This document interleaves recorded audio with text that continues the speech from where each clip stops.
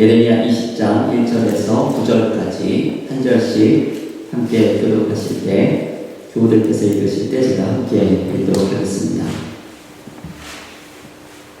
임멜의 아들 제사장 바수불은 여호와의 성전의 총감독이라. 그가 예레미야의 이 일 예언함을 들은지라. 이에 바수불이 선지자 예레미야를 때리고 여호와의 성전에 있는 베냐민 문 위층에 목에 씌우는 나무고락으로 채워두었더니, 다음날 바수울이 예레미야를 목에 씌우는 나무고락에서 풀어주매 예레미야가 그에게 이르되, 여호와께서 내 이름을 바수불이라 아니하시고 마골 미사빗이라 하시느니라. 여호와께서 이와 같이 말씀하시되, 보라, 내가 너와 내 모든 친구에게 두려움이 되게 하리니 그들이 그들의 원수의 칼에 엎드러질 것이요 내 눈은 그것을 볼 것이며 내가 온 유다를 바벨론 왕의 손에 넘기리니 그가 그들을 사로잡아 바벨론으로 옮겨 칼로 죽이리라. 내가 또 이 성읍의 모든 부와 그 모든 소득과 그 모든 귀중품과 유다 왕들의 모든 보물을 그 원수의 손에 넘기리니 그들이 그것을 탈취하여 바벨론으로 가져가리라. 바수라, 너와 내 집에 사는 모든 사람이 포로 되어 옮겨지리니 내가 바벨론에 이르러 거기서 죽어 거기 묻힐 것이라. 너와 너의 거짓 예언을 들은 내 모든 친구도 그와 같으리라 하셨느니라. 여호와여, 주께서 나를 권유하심으로 내가 그 권유를 받았사오며 주께서 나보다 강하사 이기셨으므로 내가 조롱거리가 되니 사람마다 종일토록 나를 조롱하나이다. 내가 말할 때마다 외치며 파멸과 멸망을 선포함으로 여호와의 말씀으로 말미암아 내가 종일토록 시욕과 모욕거리가 되리이다. 함께 읽겠습니다. 내가 다시는 여호와를 선포하지 아니하며 그의 이름으로 말하지 아니하리라 하면 나의 마음이 불붙는 것 같아서 골수에 사무치니 답답하여 견딜 수 없나이다. 아멘. 하나님의 말씀입니다.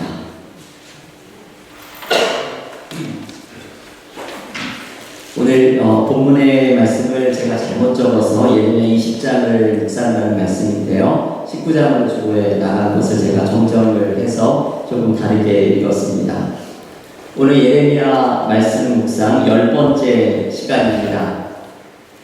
남유다 왕국의 멸망을 예언하고 있는 예레미야 선지자는 이 예레미야라는 책을 읽어보면 그 예언자의 삶이 순탄치 않았던 삶을 살아갔음을 알 수 있습니다.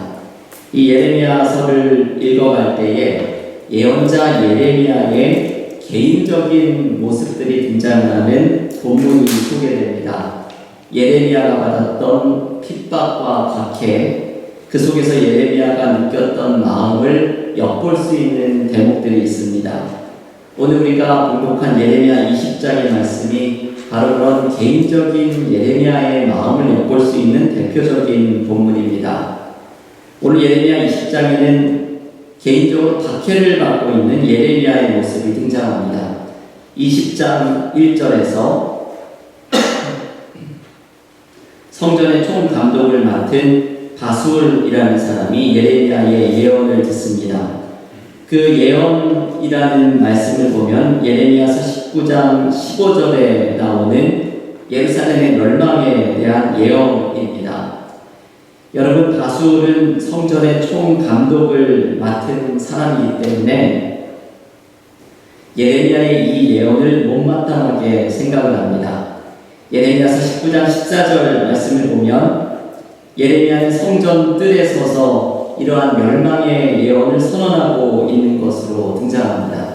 이걸 생각을 해보면 참 기미 새는 일이죠. 예배를 드리러 나오는 사람들에게 예루살렘 성전 뜰에 서서 예레미야는 이 성전이 무너지고 남유다 왕국은 멸망할 것이라고 예언을 하고 있으니 성전의 관리를 맡은 바수울은 이것이 얼마나 못마땅하고 막아야 한다고 생각을 했겠습니까? 그래서 바스울은 그가 가진 힘으로 예레미야를 억누릅니다. 예레미야서 20장 2절은 이렇게 말씀을 하죠. 한번 예레미야 20장 2절을 한 목소리로 함께 읽겠습니다. 이에 바스울이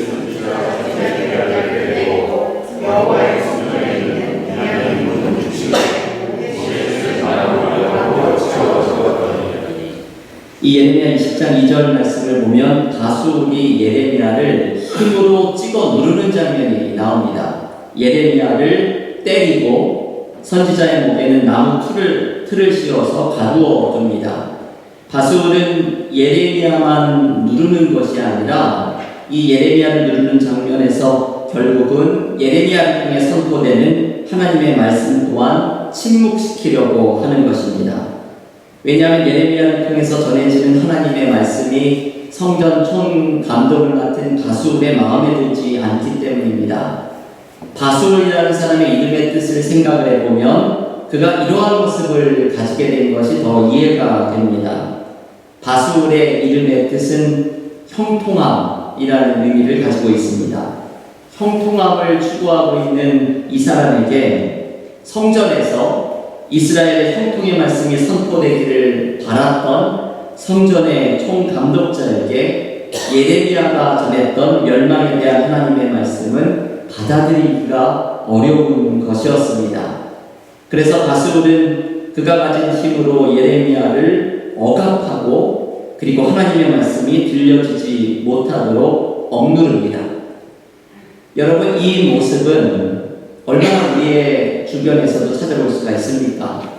우리는 하나님의 말씀을 읽을 때에 우리에게 힘이 되고 은혜가 되는 말씀만을 읽고 싶어 합니다.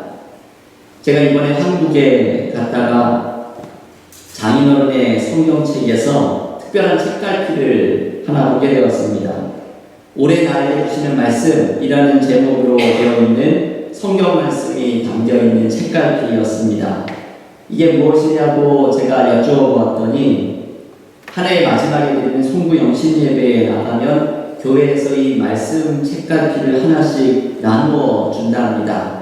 마치 제비를 뽑는 것처럼 말씀을 뽑아서 그것을 세회해 주시는 말씀으로 받는데 대부분은 이 책갈피에 있는 말씀이 축복에 대한 말씀이었습니다. 아마도 이거 저의 생각이지만 예레미야가 주는 심판의 말씀과 같은 것은 거기에 끼워넣지 않았을 것 같습니다. 이 심판의 말씀을 세해 주시는 말씀으로 받으면 교인들이 얼마나 꺼림칙하고 기분이 좀 안 좋으시겠어요. 그래서 저는 이 말씀 책갈피라고 부르는 것이 조금 이렇게 받아들이기가 여러 가지 생각이 들었습니다. 온통 축복에 대한 말씀들로 가득하고 그것을 제비 뽑듯이 뽑아서 마치 나의 하나의 운수처럼 여기는 그 모습이 그렇게 저에게는 편안하게 다가오지는 않았습니다. 우리는 하나님의 말씀을 읽으면서 이 형통함에 대한 말씀을 많이 읽고 싶어 합니다. 우리의 관심은 얼마나 은혜가 되고 얼마나 힘이 되는 말씀을 듣고 싶어 합니다. 한국에서 기독교 사회학을 가르치고 있는 이철 교수는 욕망과 환상이라는 책을 썼습니다. 이 책에서 이철 교수는 한국교회를 욕망이라는 이름으로 조명합니다. 한국교회 안에 얼마나 많은 세속적인 욕망이 있는데 그것을 신앙의 이름으로 숨겨두고 있는지를 신랄하게 비판합니다. 이철 교수는 한국교회에서 많이 읽혀지는 야베스의 기도, 그것을 하나의 예로 그 책에서 분석을 하면서 그 안에 투영되어 있는 교회와 교인들이 가지고 있는 세상에서의 성공과 축복을 향한 욕망을 신앙이라는 이름으로 포장하고 있는 것을 지적합니다. 여러분, 우리가 이러한 말씀을 오해를 해서는 안 됩니다. 하나님께서는 믿는 자들에게 복을 주시고 그 길을 형통한 길로 인도해 가십니다. 하지만 우리가 하나님의 말씀을 받아들이고 읽는 자세에 대해서 생각을 해보아야 합니다. 우리는 축복과 형통에 대한 말씀만을 원하고 하나님이 우리에게 원하시는 뜻을 따라가려는 말씀에 대해서는 외면할 때가 있습니다. 오늘 본문의 바스울처럼 형통함만을 추구하면서 심판에 대한 하나님의 말씀을 억압시키고 침묵시키는 우리의 모습이 있음을 기억해야 합니다. 예레미야서에서는 하나님께서 이런 다수울의 모습을 그대로 내버려 두지 않으십니다. 하나님은 예레미야를 통해서 다수울의 이름을 바꾸어 주십니다. 여러분 본문 3절의 말씀 예레미야 20장 3절 한 목소리로 읽겠습니다. 다음날 다스울이 예레미야를 목에 씌우는 나무 고랑에서 풀어주매 예레미야가 그에게 이르러 여호와께서 내 이름을 다스울이라 아니하시고 마골 미사빗이라 하시느니라. 여러분 다스울의 이름이 마골 미사빗이라는 이름으로 바뀌어집니다. 이 이름의 뜻을 각주가 있는 분들은 아래에 보시면 사방으로 두려움이라는 뜻이라고 해석을 해주고 있습니다. 형통함이라는 다수울이라는 이름에서 사방으로 두려움이라는 이름으로 바뀌어집니다. 이 이름의 변화가 주는 의미는 지금 예레미야가 선포하고 있는 심판의 두려움을 다수울이 철저하게 경험하게 될 것이라는 의미입니다. 여러분 이어지는 말씀에 보면 다수울이 바벨론의 심판이 임할 때 어떠한 일들을 경험하게 될 것인지 예레미야가 예언을 합니다. 이것이 다수울의 최후입니다. 두려움이 자신의 사방에서 옥조에 오는 것을 경험하는 것이 다수울의 최후입니다. 자신이 가졌던 힘으로 하나님의 말씀을 찍어 누르며 침묵시키려고 했던 다수울은 이러한 최후를 맞이하게 됩니다. 그런데 여러분, 다수울이 예레미야를 통해서 하나님의 말씀이 선포될 때에 겸손히 회개하며 나아갔다면 그는 말씀이 자신을 회복시키는 은혜를 누리게 되었을 것입니다. 이것이 사실은 예언자들이 외치는 심판의 메시지의 목적입니다. 에스겔서 33장 11절에서 하나님은 심판의 메시지의 목적을 이렇게 말씀해 주십니다. 너는 그들에게 말하라. 주 여호와의 말씀이니라. 나의 삶을 두고 맹세하노니 나는 악인이 죽는 것을 기뻐하지 아니하고 악인이 그의 길에서 돌이켜 떠나 사는 것을 기뻐하노라. 이스라엘 족속아 돌이키고 돌이키라. 너희 악한 길에서 떠나라. 어찌 죽고자 하느냐 하셨다 하라. 하나님의 심판의 말씀의 목적은 이것이죠. 이것을 듣는 사람들이 회개하고 살아나는 것입니다. 심판의 메시지 앞에 회개하고 하나님이 기뻐하시는 삶으로 나의 삶을 전환하고 그래서 하나님의 회복의 역사가 일어나기 시작하는 것을 경험하는 것입니다. 그러나 심판의 외침을 거부하고 자신의 뜻으로 하나님의 말씀을 재단하면서 오히려 하나님의 말씀을 침묵시키려고 할 때 오늘 다수울처럼 우리의 삶에는 두려움이 사방을 에워싸는 경험을 하게 됩니다. 교회 여러분, 오늘 예레미야의 말씀에서 우리에게 주시는 첫 번째 메시지는 바로 이것입니다. 하나님의 심판의 말씀도 우리에게는 은혜의 말씀입니다. 왜냐하면 이 말씀은 우리를 회개시키고 하나님의 뜻을 깨닫게 하여 진정한 형통함으로 우리를 안내해 주기 때문입니다. 축복의 말씀만이 은혜가 아닙니다. 심판의 말씀 또한 은혜의 말씀입니다. 오스왈드 체인벌스라는 분은 주님은 나의 최고봉이라는 책에서 이런 말을 합니다.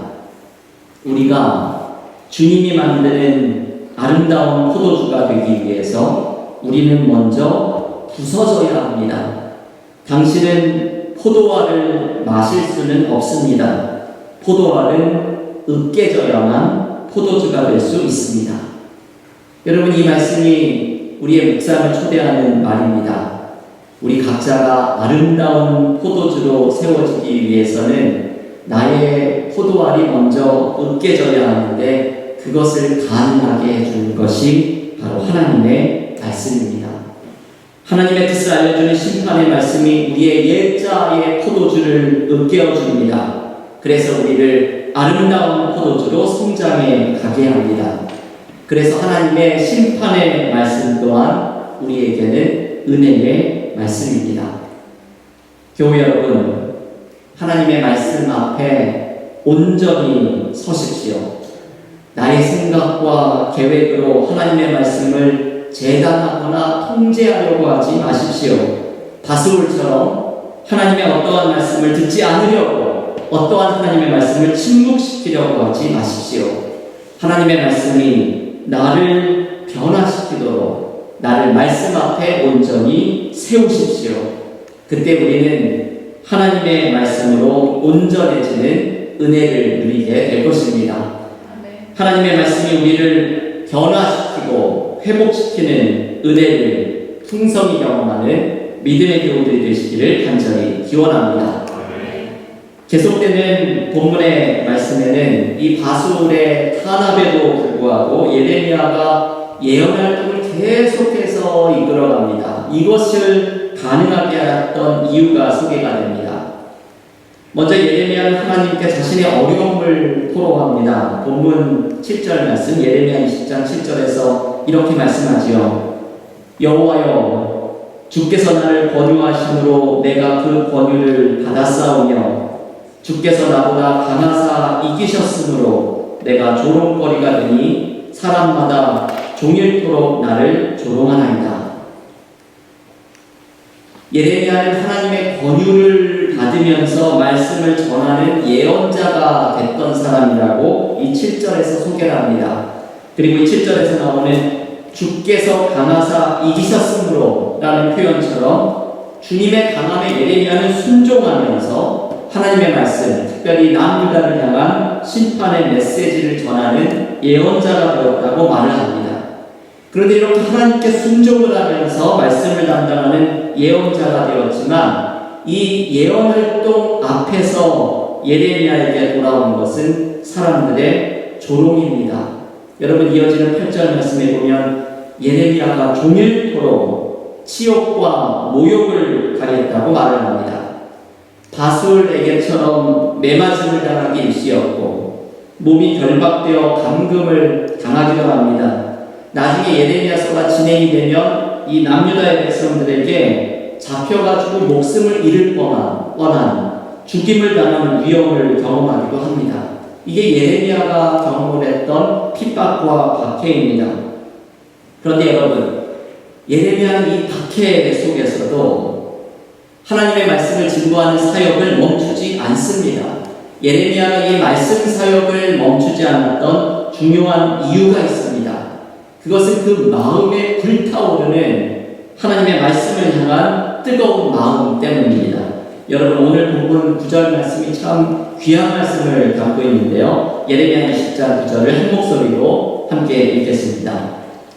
내가 다시는 여호와를 선포하지 아니하며 그의 이름으로 말하지 아니하리라 하면 나의 마음이 불붙는 것 같아서 골수에 사무치니 답답하여 견딜 수 없나이다.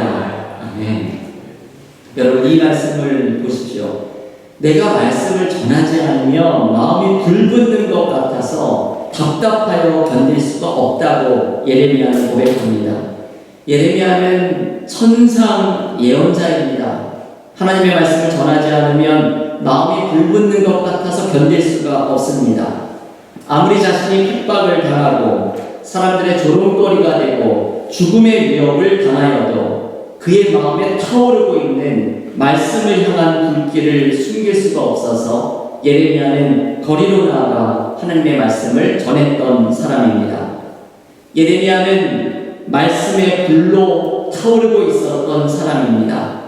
여러분, 이 말씀을 묵상을 하면서 우리에게 질문을 해보아야 합니다. 과연 나에게는 이 예레미야와 같은 하나님의 말씀을 향한 뜨거움이 있습니까?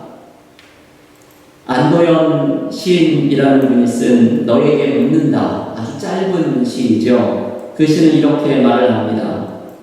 연탄재 함부로 발로 차지 마라. 너는 누구에게 한 번이라도 뜨거운 사람이었느냐? 이 짧은 시가 사람들에게 감명을 주는 이유는 어느덧 우리 안에 뜨거움이 사라져버린 것을 꼬집고 있기 때문입니다. 우리가 마치 연탄재만도 못한 삶을 살아가고 있음을 시인은 꼬집어줍니다. 삶에 지치고 일상의 나태함에 빠져서 우리의 삶에는 더 이상 우리의 가슴을 뛰게 하는 뜨거움이 사라진 삶을 살아가고 있습니다. 특별히 신앙인들에게는 예레미야가 지금 말하고 있는 말씀에 대한 뜨거움이 사라졌습니다. 여러분, 우리는 하나님의 말씀에 대한 뜨거움이 살아있습니까? 히브리서 4장 12절은 하나님 말씀의 뜨거움을 이렇게 말합니다. 하나님의 말씀은 살아있고 활력이 있어 좌우의 날선 어떤 것보다도 예리하여 혼과 영과 관절과 골수를 찔러 쪼개기까지 하며 또 마음의 생각과 뜻을 판단하는 하나님의 말씀이 우리 안에 살아서 역사하면서 우리의 마음과 생각을 변화시키는데 이 말씀의 뜨거움이 우리 안에서 사라졌습니다. 신앙인들이 영적으로 성장하고 새로워질 수 있는 것은 바로 예레미야처럼 이 하나님의 말씀의 능력으로 내 마음이 불붙는 은혜를 경험하게 될 때입니다. 교회 공동체가 성장하고 부흥하기 위해서는 은혜의 원천으로 연결이 되어야 하는데 이때 필요한 것이 바로 말씀의 뜨거움이 살아있는 것입니다. 제가 살고 있는 집에 아파트 전체에 공급하는 케이블 TV가 들어옵니다. 근데 얼마 전에 이 집에서 제가 가구 배치를 조금 달리하느라고 TV에 그 선들을 다 빼서 옮긴 후에 다시 조립을 했는데 케이블이 들어오지를 않았습니다. 케이블 박스하고 또 TV 연결선을 꼼꼼히 점검을 하기도 하고 하도 안 돼서 케이블 회사에 전화를 해보기도 하고 온갖 솔루션을 찾기도 하고 해도 이 TV가 결국은 나오지 않았습니다. 그렇게 TV가 없이 한 달을 넘게 회사에 그 컴퍼니에 전화해보고 이러면서 시간이 지났습니다. 근데 갑자기 며칠 전 일이죠. 문득 제가 드는 생각이 이 케이블선, 그 벽에서 나오는 케이블선이죠. 그 케이블선이 케이블 박스와 연결이 되어 있나? 라는 생각이 순간 들었습니다. 그 벽에서 뽑아져 나온 그 하얀 케이블선이 자세히 보니까 케이블 박스에 연결이 되어 있지 않았습니다. 생각해 보니까 완전 바보죠. 다른 선들은 다 꼼꼼하게 살피고 연결했고 그 이름도 잘 외워지지 않는 HDMI 그것도 다 이제 확인을 해가지고 선을 연결했는데 진짜 중요한 케이블 회사에서 시그널을 보내주는 그 케이블 선을 연결을 하지 않은 것입니다. 한마디로 근원에 연결을 하지 않은 것이죠. 진짜에 연결을 하지 않은 것입니다. 그래서 TV가 나올 리가 없었던 것이죠. 제가 이 모습을 보면서 저의 바보 같은 걸 탓하면서 한편으로는 신앙생활을 생각해 보았습니다. 우리도 근원에 연결이 되어 있지 않으면 이게 아무 소용이 없습니다. 우리의 신앙도 자라나지 않고 하나님의 은혜도 경험하지 못합니다. 교회도 근원에 연결이 되어 있지 않으면 아무런 소용이 없습니다. 교회에 영적인 은혜가 나타나지도 않고 성장하거나 부흥하지도 않습니다. 우리가 근원에 연결되는 방법은 바로 하나님의 말씀에 연결되는 것입니다. 아모스 8장 11절은 이렇게 말씀합니다. 주 여호와의 말씀이니라. 보라, 날이 이를지라. 내가 기근을 땅에 보내리니 양식이 없어 주림이 아니며 물이 없어 가람이 아니요 오직 여호와의 말씀을 듣지 못한 기간이라. 여러분, 하나님의 말씀을 듣지 못하면 우리의 삶에 메마름과 갈증이 찾아옵니다. 왜냐하면 말씀이 우리의 은혜의 근원이기 때문입니다. 우리는 예레미야처럼 하나님의 말씀을 향한 뜨거움으로 불타올라야 합니다. 말씀이 우리를 치유하고 말씀이 우리를 회복하는 은혜를 누려야 합니다. 신명기 30장 14절의 말씀처럼 오직 말씀이 너에게 가까워서 네 입에 있으며 내 마음에 있은즉 내가 이를 행할 수 있느니라. 신명기가 말해주는 회복의 방법은 이것이죠. 말씀이 나의 입에 있고 나의 마음에 있을 때 이 말씀이 은혜의 근원이 되어서 우리를 치유하고 회복하는 은혜를 경험하게 합니다. 교회 또한 말씀의 능력이 살아있고 말씀으로 뜨거워지는 교회가 되어야 합니다. 그때 우리는 하나님이 주시는 생명력으로 가득한 교회로 성장하는 은혜를 누리게 될 것입니다. 교회 여러분, 오늘 예레미야의 말씀의 메시지는 단순합니다. 우리가 하나님의 말씀으로 뜨거워지는 것, 하나님의 말씀을 때로 심판의 말씀, 하나님의 뜻을 알려주는 말씀을 침묵시키는 것이 아니라 하나님의 말씀으로 뜨거워져서 말씀이 나에게 주시는 회복과 치유를 경험하는 것, 이것이 오늘 예레미야가 우리에게 주시는 말씀입니다. 예레미야 선지자와 같이 우리 마음속에 말씀을 향한 뜨거움으로 가득 차서 하나님의 말씀이 우리를 회복하는 은혜를 풍성히 경험하는 믿음의 교우들이 되시기를 간절히 기원합니다.